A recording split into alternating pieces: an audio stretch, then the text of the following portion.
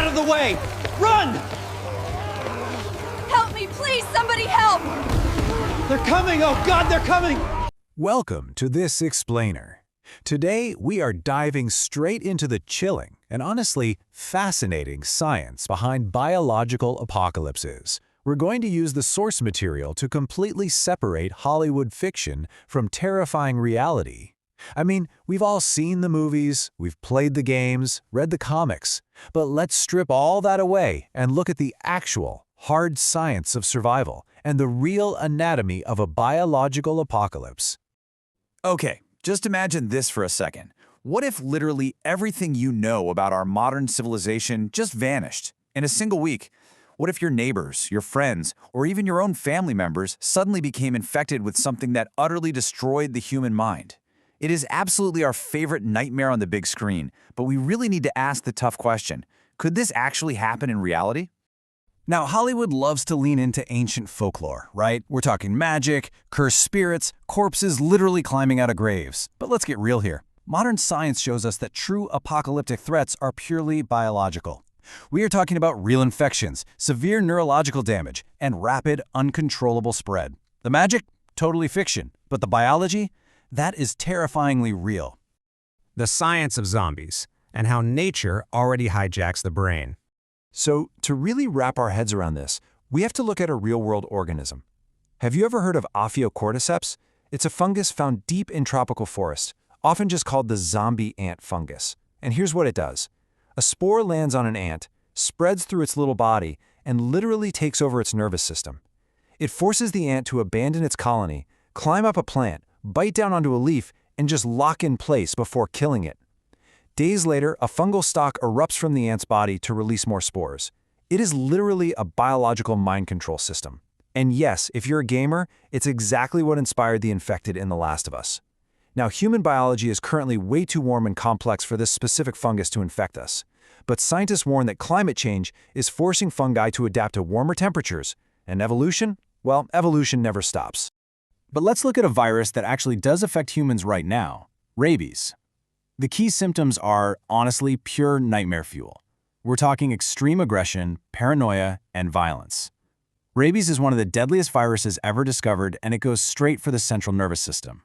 But the most horrifying part of rabies is why it causes these specific symptoms. The virus purposely manipulates the host's behavior. It triggers intense aggression because, well, rabies spreads through bites. The virus is literally changing the host's behavior to help itself survive and spread. Imagine a mutated version of something like this spreading faster. And hey, it's not just viruses out there doing this. Meet Toxoplasma gondii. This is a microscopic parasite that reproduces inside cats. But when it infects rats, it does something totally bizarre. It completely eliminates the rat's instinctual fear of cat smells. The rat becomes strangely fearless, which drastically increases the chances it gets eaten by a cat. Why? Because that's exactly what the parasite needs to complete its own life cycle. The absolutely crucial point here is that tiny microscopic organisms living inside the brain can completely alter behavior just to serve their own survival. But you know what? We don't even need a biological infection to see this kind of extreme behavior in the real world. Just consider xylazine. It's a highly dangerous synthetic substance nicknamed the zombie drug. It heavily sedates users, leaving them slow-moving, emotionless, and completely disconnected from reality. During public health crises or urban disasters, dangerous synthetic drugs like this can make city streets look legitimately apocalyptic. It just proves that human behavior can be radically altered, detaching people completely from reality, even without a pathogen spreading. Section 2. Anatomy of an Outbreak. From patient zero to a global crisis. Classic movie monsters usually spread their infection through bites, right? Which realistically would actually be relatively easy to contain. But the absolute nightmare scenario? Spreading through the air. If a behavior-altering neurological virus could spread through coughing or just simply breathing, containment becomes near impossible. Throw in modern international air travel, and an infected person could hop on a flight and spread the pathogen to multiple continents before they even show a single symptom. We all like to think of the human brain as this impenetrable fortress, but the truth is, it is incredibly fragile. Tiny biological changes can trigger massive vulnerabilities. Take encephalitis, for example, which is inflammation of the brain. It can cause patients to lose recognition of their loved ones, become intensely paranoid, or even act violently. Then there are prion diseases, like Creutzfeldt-Jakob disease, where abnormal proteins literally destroy brain tissue over time. The brain is highly susceptible to aggression, memory loss, and total personality transformation if just the wrong biological switch is flipped. And here is exactly where our modern, hyper-connected world actually makes everything worse. Think about a medieval plague. That took years to spread across continents. But today, panic spreads instantly. Imagine a new neurological disease popping up. Before health officials can even begin to understand it, the internet is absolutely flooded. Now add AI-generated panic to the mix. Deepfake videos showing violent, infected people. Some videos are real, some are totally fake, and nobody knows the truth. Mass confusion and misinformation would paralyze our response before the virus even reached its peak. Section 3. The speed of collapse and the fragility of modern civilization.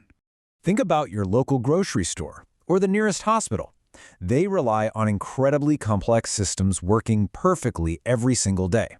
Let's walk through what actually happens when those systems break down. Day 1. A few violent incidents pop up online, but authorities dismiss them. Day 3. Hospitals start reporting strange neurological symptoms, and the videos go viral. By day 5, pure panic buying kicks in. Store shelves are emptied instantly. Day 7, hospitals completely collapse under the weight of panicked crowds. Healthcare workers stop showing up, and the police are totally overwhelmed. By day 10, supply chains completely fail. The food stops moving, and power outages begin. And by day 14, just 2 weeks in, large parts of society simply stop functioning. Not because the virus infected everyone, but because human panic broke the very systems we rely on to survive. Section 4. The real threat, and why human panic is the ultimate monster. In the movies, responding to a crisis is always about being this cool lone wolf, fighting off monsters endlessly with a massive stash of weapons. But the realistic, scientifically grounded response to a total system collapse, it is entirely about securing basic food and medicine. It's about teamwork and profound human cooperation. The people who actually survive aren't action heroes. They're engineers, farmers, medical workers, and people who know how to communicate and organize. The real fight isn't against monsters at all. It's a desperate fight against hunger, isolation, and the collapse of community. So what does this all mean? What's the bottom line here?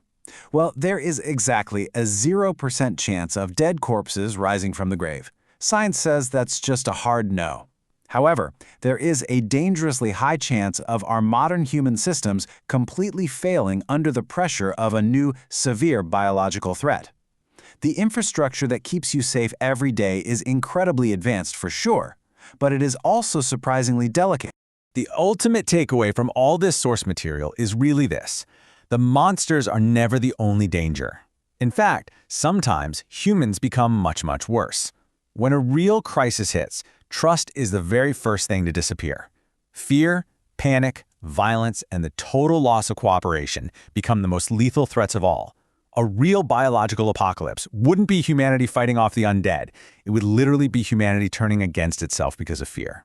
There's this chilling quote from the source material. It says that human civilization is only 9 meals away from chaos. Think about that.